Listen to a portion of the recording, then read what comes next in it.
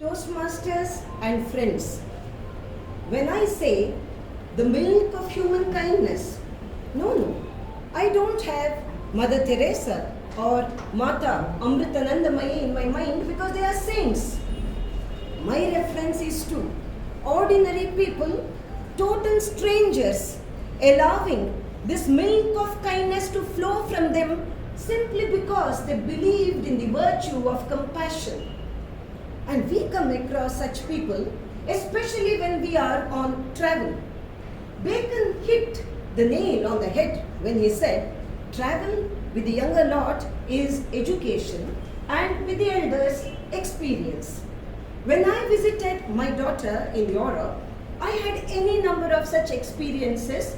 When we were struggling to lift our luggage, there was a young man who helped us with the luggage, or there was a friendly co-passenger who shared the seat with us. These were heartwarming experiences. But more significant than these were those experiences which showed that people allow the milk of human kindness to flow even when they have to get nothing in return. Now, this was when we visited Switzerland and we decided to climb a peak called New Franc, Maiden or Virgin. Well, we had to pay a huge sum, and back home I could have bought a nano for the amount that I spent on tickets. But then my daughters convinced me, telling me that at a height of 4,158 meters, the Maiden, ice-capped Virgin, was breathtakingly beautiful. So we agreed to go there. But then my husband didn't seem to take a liking for the Virgin.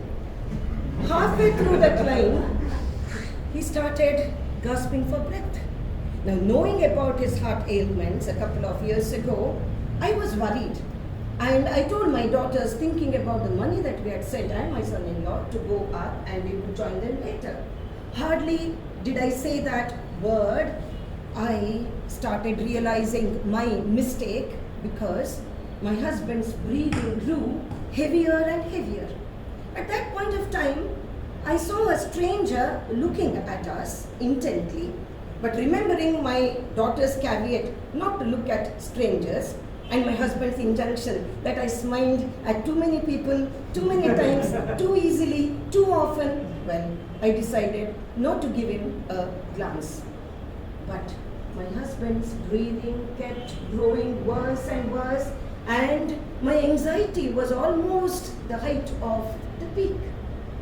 Just then, I heard a friendly voice, and when I looked up, I saw the same stranger standing there with his arm outstretched, and on his palm he had raisins, and he told me, "Ma'am, ask him to eat these, he'll be fine." I looked around wondering whether this man was trying to drug us and rob me of my wealth, and I soon realized that the jostling crowd around us wouldn't allow such a crime to take place. So my husband ate those raisins. Toastmasters, miraculously, within a few moments, he revived. Of course, later on, my son-in-law debunked the whole thing, saying that it's a myth that people get revived with raisins. But to this day, I believe that that stranger saved my husband's life. Of course, he also told me, "Sorry ma'am for the delay, I had to go down to get my backpack." Well, that meant that he climbed down and climbed up just to get raisins for me. From him, I felt the milk of human kindness flowing towards us. Likewise, when we went to Paris, it was when we commuted by a crowded train. And at the entrance, I was standing there holding on to the rod. Just then, I saw a black woman springing up from her seat and charging towards me, saying all the time, "Wah, wah, wah, wah, wah." And I thought that was the end of me. For a split of a moment, I also thought of the money that my husband had to spend to bring my dead body back to India. Just then the train reached the station, and I saw another girl, white-skinned one, who looked like a Romanian, putting both her hands up, showing that she had nothing in her hands, and jumping out of the station. So did this black woman, but before going out, she hissed into my ears, "Careful, lady." I just stood there wondering what had gone wrong. Another co-passenger told me that this other girl was trying to pick my pocket and this lady had prevented her from doing that, and I thought she was murderous in her intent. Toastmasters, when I look at the world around us, I certainly feel that the sum total of good always outweighs the sum total of evil. We live in a VUCA world full of volatility, uncertainty, complexity, and ambiguity. What is it that can save us, and what is it that can save human relationships?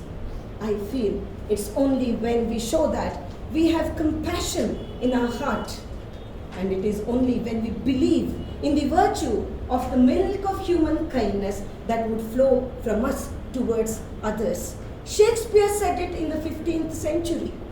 Mercy is twice blessed because it blesses the giver, it blesses the receiver. Portia said, "We pray for deeds of mercy." The same prayer must teach us to render acts of mercy. Toastmasters, are we all ready for the milk of kindness to flow from each one of us towards society? Other than our leadership and public speaking skills, probably the virtue that we have to look for is for the milk of kindness to flow towards the rest of humanity. Contest Master.